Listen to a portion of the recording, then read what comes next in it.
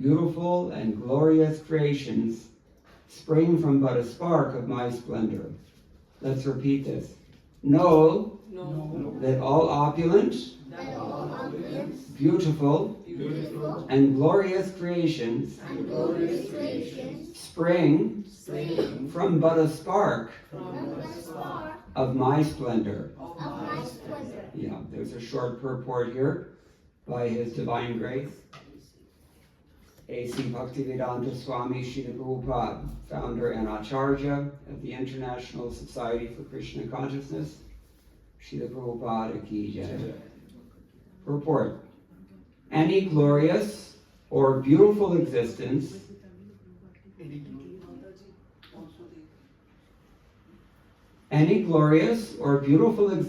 should be understood to be but a fragmental manifestation of Krishna's opulence, whether it be in the spiritual or material world.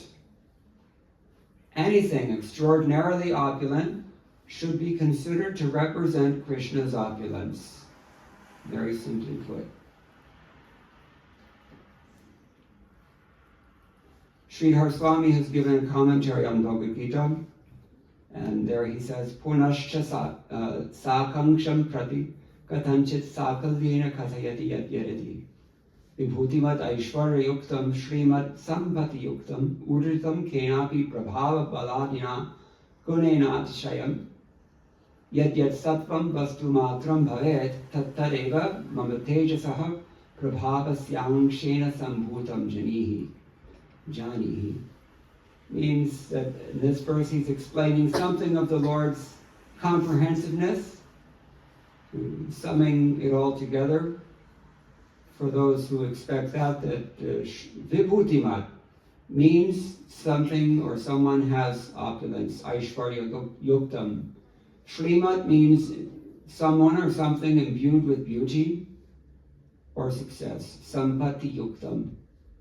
Power, urishitam, is an excess of any sort of influential qualities like strength and so on. Whatever exists itself, that very thing comes from just a fraction of my glory, Krishna says, Tejasaha. So that's Sridhar Swami's commentary. Okay, will it fit? I think so. Thank you. Krishna.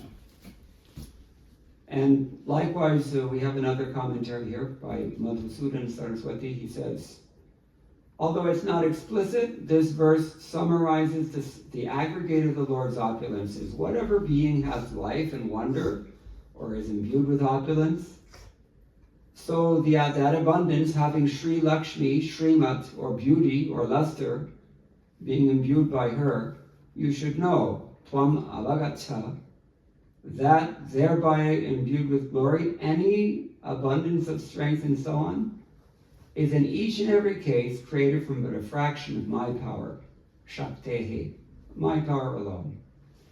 Vishwanath Chakravarti Thakur, likewise, almost in the same words, he says, Anukta api traikalakir vibhuti sangrihitamaha yadyarati vibhutimadaishwar yuktam shrimat sampati yuktam urjitam bala prabhavadyadhikam sattvam vastumatram. He says this verse, he speaks this verse, yet achadati, or sorry, yet vibhutimat sattvam, in order to bring together even unmentioned opulences occurring within the three phases of time, past, present, future. We've gone through a whole list of opulences. Maybe we should read them again because it's always interesting. But he says even if something has not been mentioned here, then and may have occurred in the past or may occur in the future, what to speak of at present. The word vibhutimat means having that opulence. Shrimat means having success. Urjitam means with strength, influence, and more. Sattvam means a thing. Finally, we have Baladev Vidyabhushan. He's written his commentary also. And there he says, Anukta vibhutihi sangrihitamaha yadyariti vibhutimat aishwarya yuktam shrimat saundaryena sampatyava yuktam urjitam balena yuktam va yadyat sattvam vastu bhavati tattad eva mamate jongshena shakti deshena Sambhavam siddhim avagacha prahiti swayaitatva swavyapyatvabhyam sarve bheda nirdesha nita vamanadinam tan nirdeshas tu sangami mitaha santi.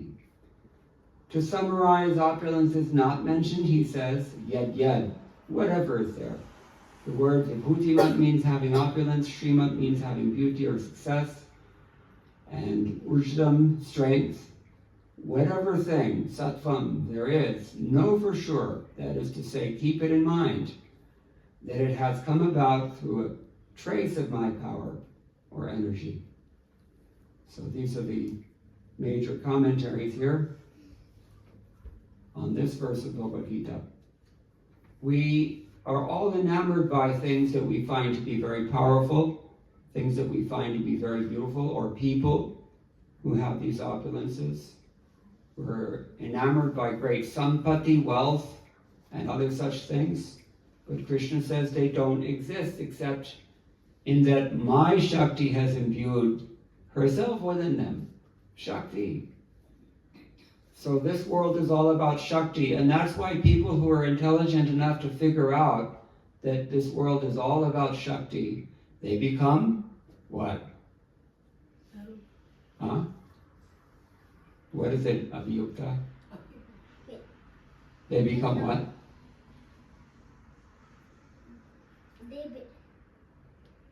They become free from the cycle of birth and death? No. They become thoroughly entangled in the cycle of birth and death. Exactly the opposite. They become Shaktas. We find Shaktas throughout history, really, but especially in India. People who have accepted the authority of the Vedic literatures, that is to say, they've accepted the teachings of the Vedas and corollary literatures as authoritative. And there we find so many personalities are glorified. For example, in Brahma Samhita, we hear Srishti Sthiti Pralaya Sadhana Shakti Reka Chayeva Yasya Bhuvanani Vivarti. Nobody knows this verse? Durga.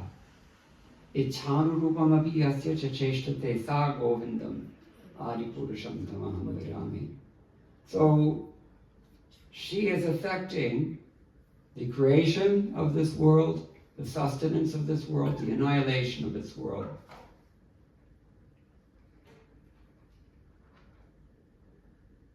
And she's considered to be a shadow of the Supreme Lord. Chaya. Chaya Vayasya Bhuvanani Vivarti Durga. She's making all these worlds go on. Durga. And Ichhanu Rupamapi Yasya Chacheshtate Sa. But she's carrying out her endeavors in accordance with someone else's order. Whose order would that be? Govinda. Govindamani Purusham Tamam Vajami. Now we have a very similar verse written by Sripad Madhvacharya in his Dvadasha Stotras, famous 12 prayers he wrote. Srishti Sthiti Pralaya Sarga Mahavibhute Vritti Prakasha Niyamagrati Bandhamokshaha Yasya Apanga Lavamatrata Urjita Sa Shrir Yatkataksha Balavati Ajitam Latosmi.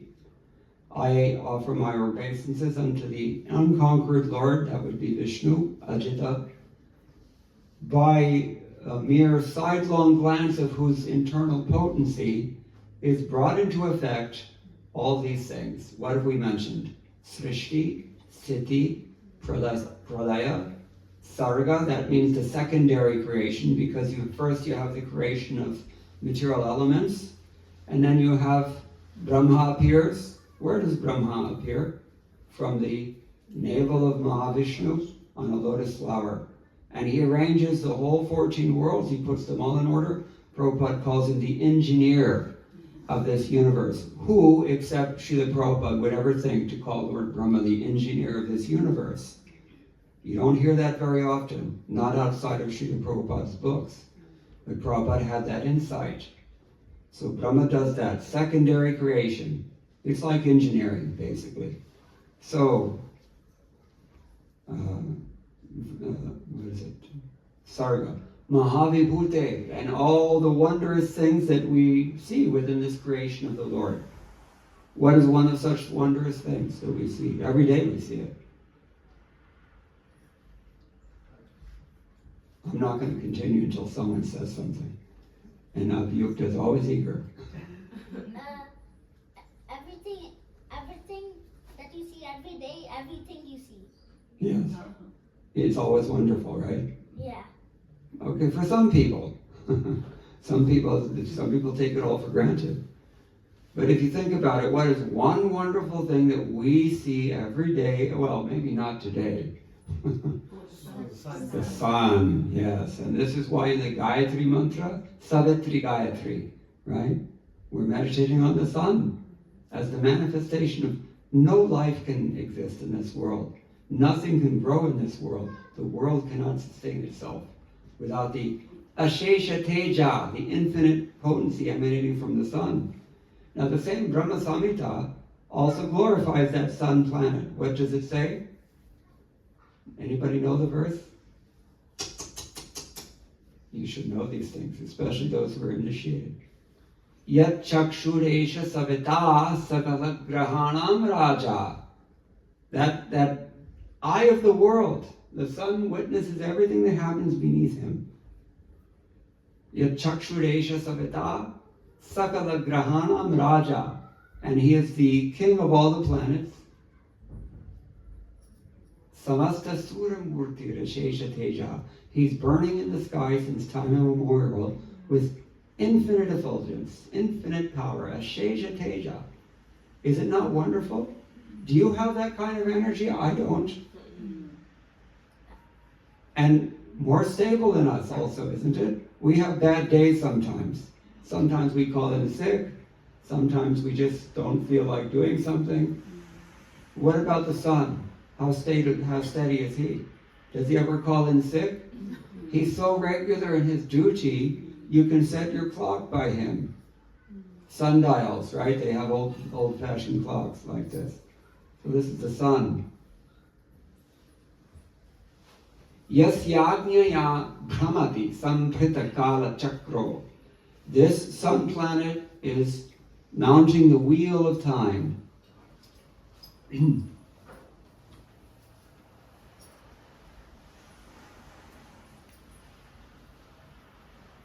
Kala Chakra. Time is considered to be a wheel. And the sun mounts this wheel of time and he goes around and around and around in this world. That's what causes all the days and the nights. So, Yasyajnaya, by whose order is he doing this? Yasyajnaya Brahmati Samprita Kala Chakro. By whose order is it? Govindam Adi Purusham Tamaham Bhajami. Same Brahma Samhita, different demigod in question. So we've talked about Durga Devi. People are impressed with this external creation of the Lord. We've given an example of one of the wonderful things within that creation, who actually happens to be a person, the sun god. He's not really, ultimately, he's not a thing, although the sun is also the sun god, non-different. Just like me and my shoes. If you see my shoes, you will remember me. But I'm different from my shoes. So in the same way, Lord Brahma, the sun god, he has this sunshine with which he fills our room when the clouds are not out. So that's why we say the sun is in the room. But has the sun actually come into the room? The sun is a lot bigger than the room, right? But the sunshine is representing the sun.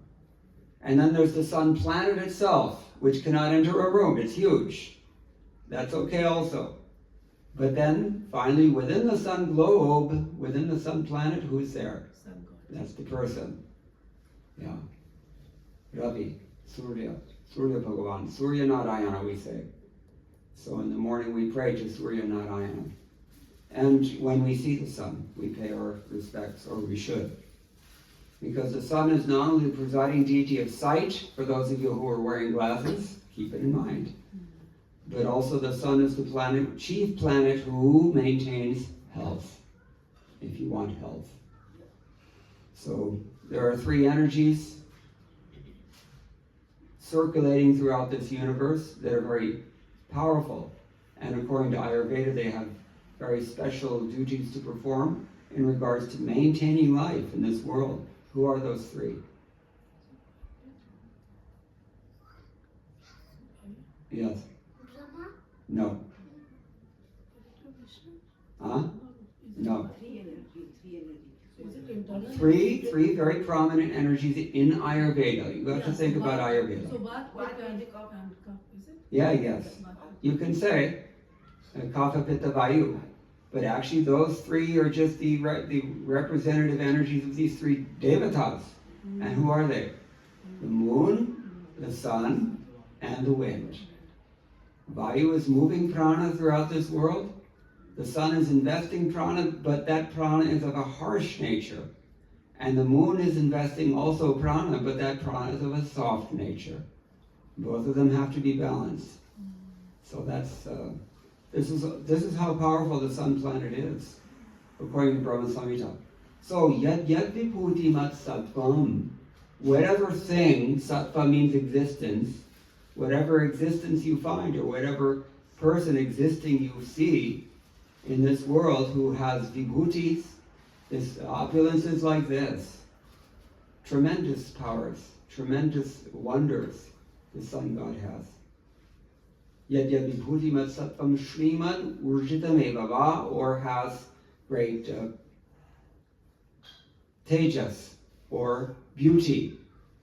Shrimat means beauty. You may have noticed, if you were listening carefully, different acharyas in their different commentaries have said that these words mean different things. Let's just take a glance at this. We started with Srihar Swami. According to him, Shrimat means imbued with beauty. But then he glosses that as sampatti yuktam. And sampatti, does it usually mean beauty? Not quite. Yeah, it means wealth, opulence. All right, so that's what he says about Shrimat. Madhusudan Saraswati said that being endowed with Sri Lakshmi, that is Shrimat.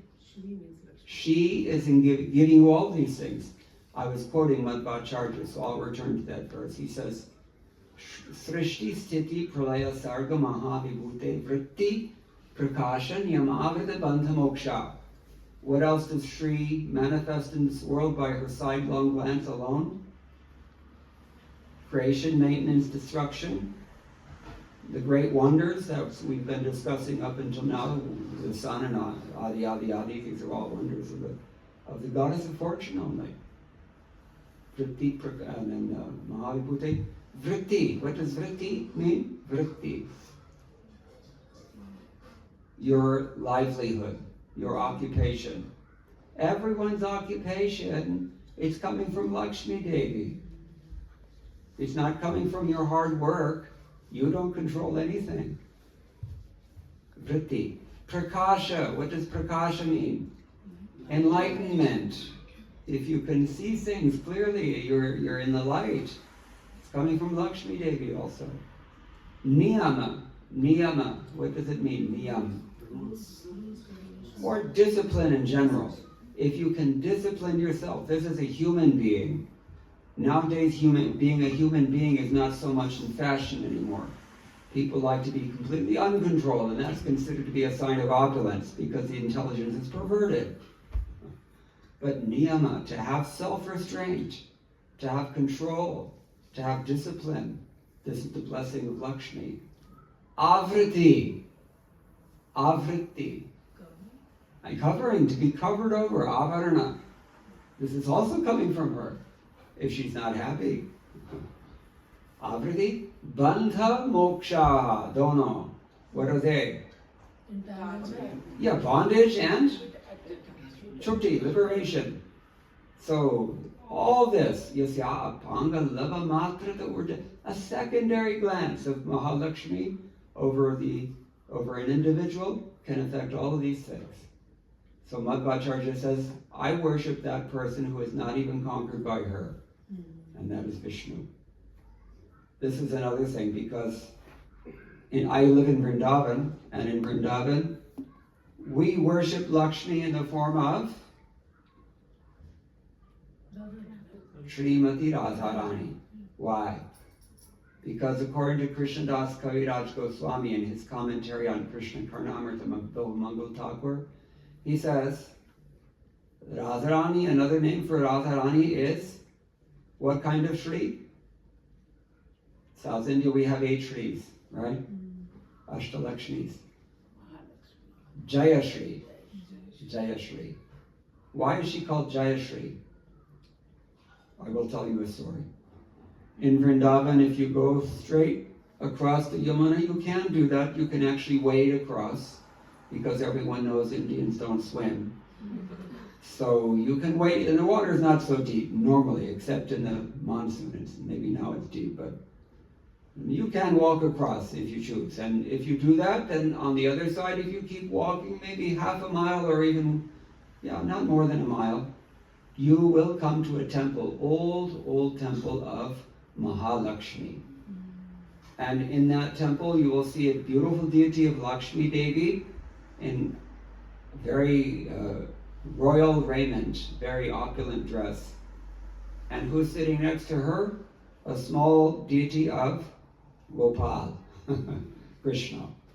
The story is, one day in Vaikuntha, Mahalakshmi is sitting with Narayana, and she hears this bewitching flute music, very beautiful, like never before heard, unprecedented flute music. She asks her husband, Prabhu, what is this flute music? Where's this flute coming from? And Narayan told her, oh, this is just some boy in the material world is playing this flute. And Lakshmi Devi, being intelligent, she thought, well, it's not just anybody can play flute and I'm going to hear it all the way in Vaikuntha. There's something more to this. What is it? Narayana, he didn't want to talk about this. He started to get a little uncomfortable. And he said, oh, it's just, it's one of my forms there in the world, but you don't need to worry about it. It's not for you. She said, no, I'm interested. Oh, yeah, you ask somebody else. I don't want to talk about it. So she went to Narad Muni, naturally. Every time somebody goes to Narad Muni, he stirs up the pot, right? So Narad Muni, he told her, oh, this is that. You don't know about this? This is one of your husband's forms. This is your husband in a different form. He goes to the material world, and do you know what he does? This is Narad Muni. He's with so many girls in this Vrindavan Dham, and he's playing this flute music, and he's bewitching them, and they come, and they enjoy. And Lakshmi Devi, obviously, she was becoming a little uncomfortable to hear this. My husband. So she said, can I go? I would like to see Narad Muni. Yes, you can go. Vrindavan, on the bank of the Yamuna. There's a place called Vamshivata, that's where he plays his flute. And all these gopis come, as if called, and they all go into the forest and they enjoy in so many ways, dancing. And so she went there. When she tried to get in to this kunja, there were 2 girls there. We can assume they were Lalita and Vishakha, the best friends of Srimati Radharani. They said, no, you cannot come in, I'm sorry. Only those who are blessed by Srimati Radharani, they can come in. We don't let anyone else in. She said, excuse me, maybe you don't know who I am. I'm Mahalakshmi. And the girl said, okay, that's all right, but you cannot come in without Srimati Radharani's permission. So Lakshmi went back to Narad Muni. Lakshmi asked Narad Muni that, that's what happened. They don't seem to even recognize that I'm Mahalakshmi, the husband of Narayana. And she said, oh yeah, Narad Muni said, oh yeah, that happens sometimes. So he said that maybe if you give up your opulence and sit down across the river from this place, Nidhivan, and execute austerities, then maybe you can get her favor, because devotees come to Vrindavan and they execute austerities. They don't go to Vrindavan just to buy new cloths in Loi Bazaar, or to maybe buy some gold on the Akshaya Tritiya, or whatever else we do, right, when we go to India. So devotees who go to the Vrindavan, it's a tapovan. It's a place for austerities. So Narad Muni said, I think maybe if you do your austerities there, she'll take notice. So Lakshmi Devi, what happens? How can she do this?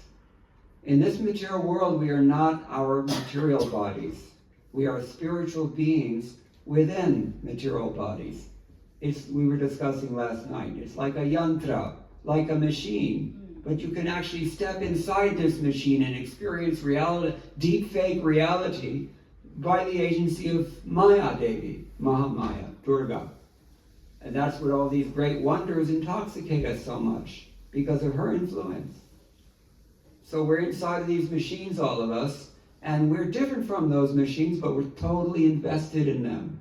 Our whole sense of false ego is cemented to this bodily misconception of life. And when we go to the spiritual world, of course, we leave the material body behind. You cannot take anything from this world with you when you go. What's proof of that? Dhanani bhumao pashavascha loke. Anybody know this verse? It's one of those subhashitas. Dhanani bhumao. Your money will stay in the ground. Or, in 2025, your money will stay in, whatever bank you have. HDFC, do they have that here? I don't think so. But, your money stays in the ground. Pashavashta goshke. Your car will stay in your garage. Nari griha dware. Your wife will come to the gate of your house, but no further if she knows religious principles. They don't go to the funeral. Janaha smashane. Your friends and relatives, they'll come to your funeral. Dehashchitayam. Your body will go further than that. Where does it go? On the chitta. Paraloka marge karmanogo gacchati jiva ekaha. If you have walked on the path of karma in this life, you've accumulated so many reactions for everything that you've done, and you're going on alone into the next life. You can't take anything with you. You can't take anyone with you. And if we're unfortunate, truly unfortunate, we have no idea where we're going. But in Bhagavad-gita, Krishna says, those who practice these teachings of Bhagavad-gita, they know everything. They can see everything clearly. How a living entity gives up his body, how he's transferred to a new body, how he exists and acts within that body such that he's not degraded by it. They know everything.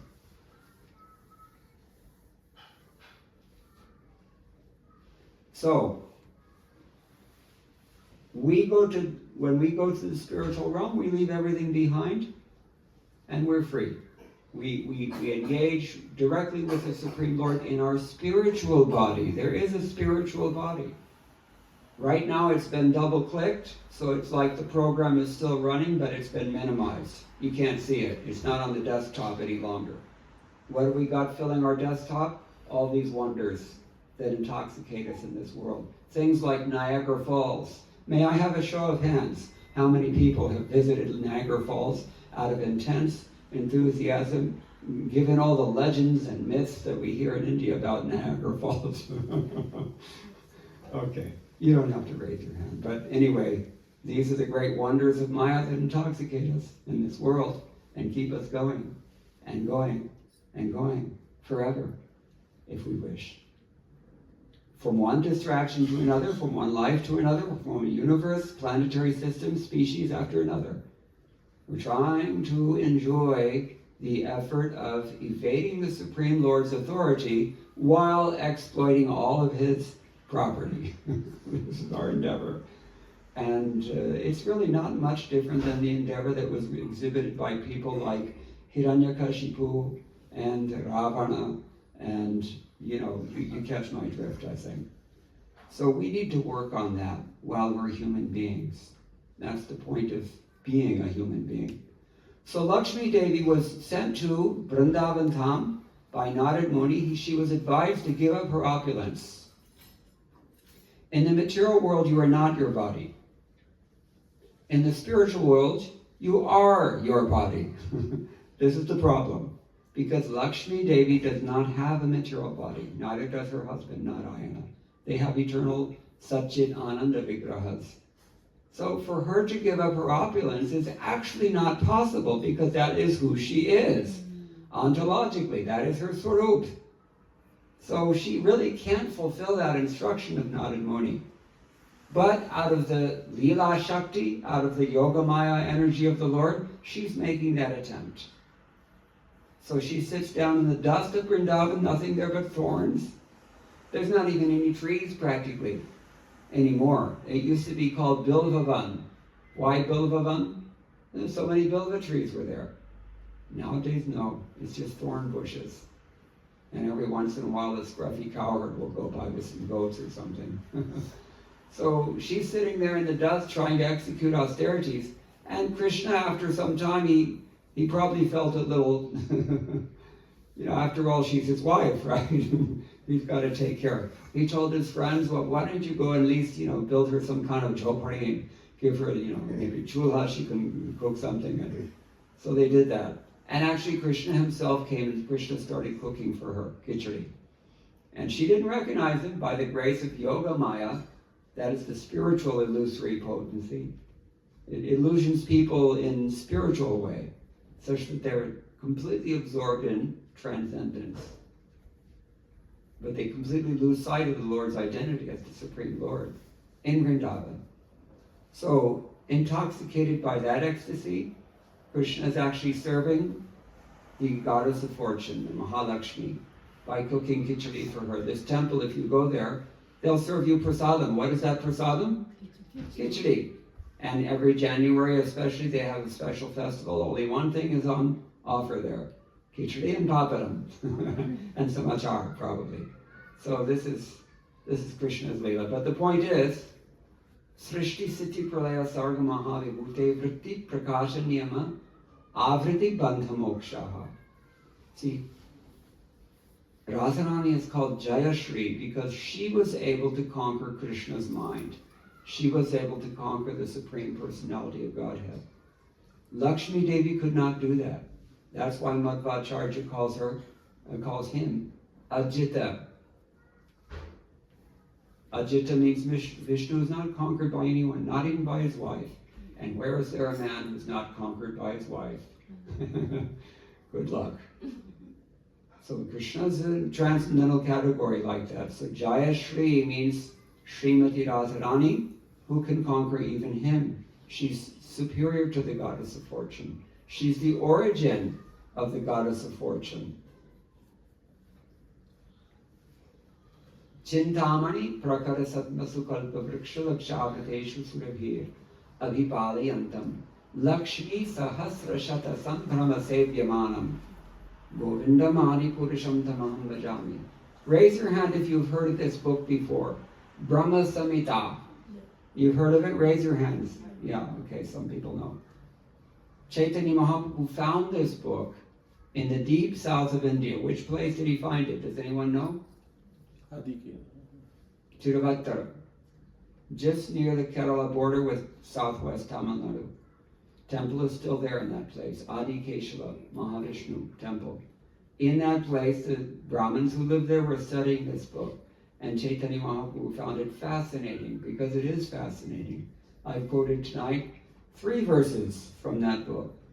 This is the first one of Brahma's prayers. There. He says, all the dust in Goloka Vrindavan, Krishna's spiritual planet, is more valuable than gold dust. It is Chintamani dust. What does Chintamani mean? Spiritual gems. Every little, it's like when you go to Vrindavan, even Bhoma Vrindavan in this world, if you look at the sand, it's so full of silica that it sparkles in the sun. You can see it, whatever parts are not paved over, that is.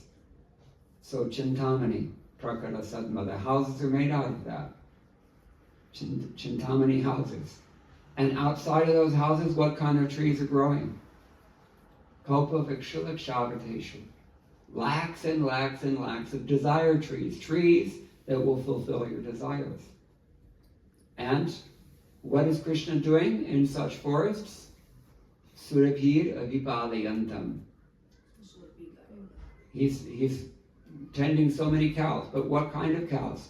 Surabhi cows. Surabhi cows also fulfill all of your desires. So the trees, the dust, and the cows of Vrindavan, they can fulfill every material or spiritual desire. You have to decide whether you want something material or spiritual. If you want something material, Ho sakta hai. Lekin, you're going to have to come back again to enjoy it. And when you lose it, you'll suffer. Or you'll find out that it doesn't actually satisfy as much as you thought it would. Or you like it, and or you never get it because you don't have the karma, actually. Because everything here is on credit, right? You have to have an advanced credit line. Anyway, so this is the material world as opposed to the spiritual world. But there, Krishna is tending these surabhi cows and fulfilling all desires. This is the Supreme Personality of Godhead Govinda. Same one by whose order the sun is rising every morning, by whose order Durga Devi is creating, maintaining, and annihilating universes. Because Durga Devi, just as Lord Shiva is an expansion of Vishnu, Durga Devi is an expansion of Lakshmi. And Lakshmi Devi herself is but an expansion of Radharani. This is the point. Okay, so this verse is summarizing the whole aggregate of all the Lord's opulences. Yet vibhutimat sattvam shrimad urjitam evava tat evavagachatvam mama tejongsha sambhavam. Krishna says, you should understand everything you see here that is very fascinating and beautiful, powerful, mighty, strong, opulent, auspicious, all these things. If these things are just coming from a sidelong glance, a secondary, split-second sidelong glance of Lakshmi, then who is that person from whom they come? This is called in Sanskrit literature, kaimutya nyaya, the logic of, how much more? So this is what we're talking about. All right, so does anybody have any questions or any comments about this? Or do you have any general questions or comments about bhakti, about Krishna consciousness, yoga, this Bhagavad-gita, etc.? In the end, well, here he says, Nantosti mama divyanam vibhutinam parantapa eshatut deshatah prokto vibhuter vistaro maya. Almighty conqueror of enemies, there is no end to my divine manifestations. What I've spoken to you is but a mere indication of my infinite opulences. And then he says, Athava bahunaitena kimnyatena tavarjana vishtabhyaham idam kritsnam ekangshena sthito jagata. What need is there, Arjuna, for all this detailed knowledge? With a single fragment of myself, I pervade and support this entire universe. So this is the point. Krishna is such a great personality. He has all this. We are personalities, all of us. We have some energies, we have some opulences that we temporarily manifest. Only temporarily, because they're coming from our karma. But Krishna has infinite opulences that he always manifests, and they're never limited because he is not subject to the law of karma. Is the government ever subject to the laws of the government rights? No. So in the same way, Krishna is above all this karma. He doesn't come to this world impelled by his past karmas. We do. But once we become liberated through Krishna consciousness, then we don't also have to come back again. And that's good, because we're coming back again, we said, it means automatically you're going to undergo birth, death, old age, disease. And the threefold miseries. What are they? Tapatreya. Tapatreya kya hai? Adhidaivic klesh. Seems like, what did we have? This plane crash, right? In Ahmedabad the other day. Poor people. They never saw what was coming. This is called Adhidaivic fate. And what else? Adhidaivic klesh.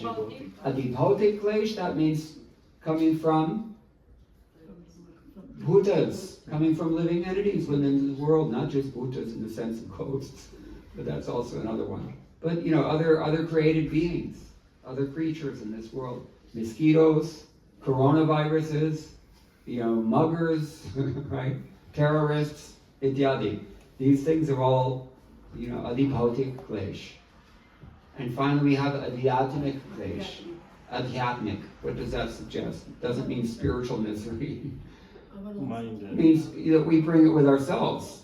Stuff that we're bringing as a result of our karmic portfolio from our past life. So, adhyatmic.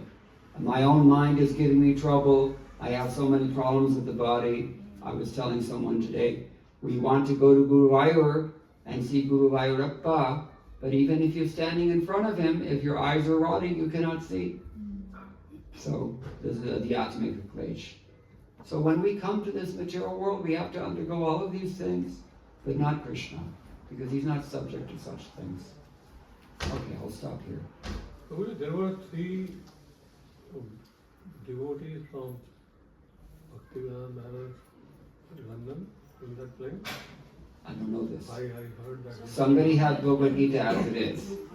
That has been documented. Somebody had this book with them. And somebody had Bhagavad with him also. So the news report says. Prabhuji, वो एक husband wife थे ना? Yeah, family was there. They were husband wife. The wife had passed away, and then the husband had gone to immerse the ashes. So their kids were studying in the Avanti school in London. Okay. This is another thing. We discussed this last night, did we not? How many? Raise your hand if you were there last night. Yeah, so many of you heard. But, even devotees sometimes have to go through suffering. Because you can pull out the plug on the fan, but the fan is still going to keep spinning for some time. So even if you stop generating new karma, your pradipta karma continues, and you feel it. But at some point, we have to stop this cycle of repeated birth and death. That's intelligent. Now, while we're human beings, we can do that. Janma sudurlabhamidam bahu sambhavante.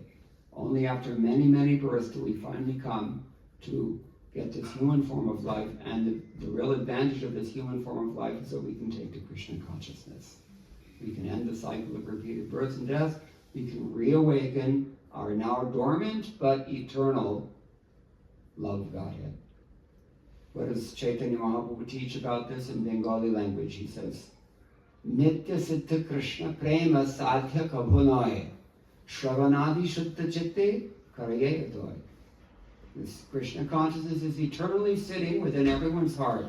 For the conditioned souls, it's just sitting dormant, like I said, double-clicked. But for those who are awake and active in spirituality, and while we're human beings, while we can cultivate this awareness, these people, they can uncover that simply by hearing and chanting about Krishna, as we're doing.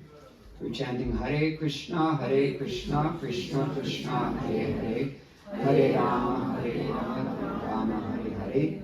And we're hearing from Krishna's own words, Bhagavad-gita, and we're also taking Krishna's remnants in the form of prasadam, his yajna shishta.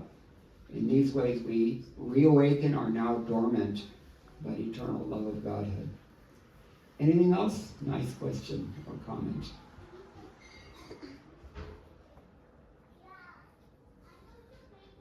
Okay, so then we'll stop here. Thank you all very much. All glories to Srila Prabhupada. Hare Krishna.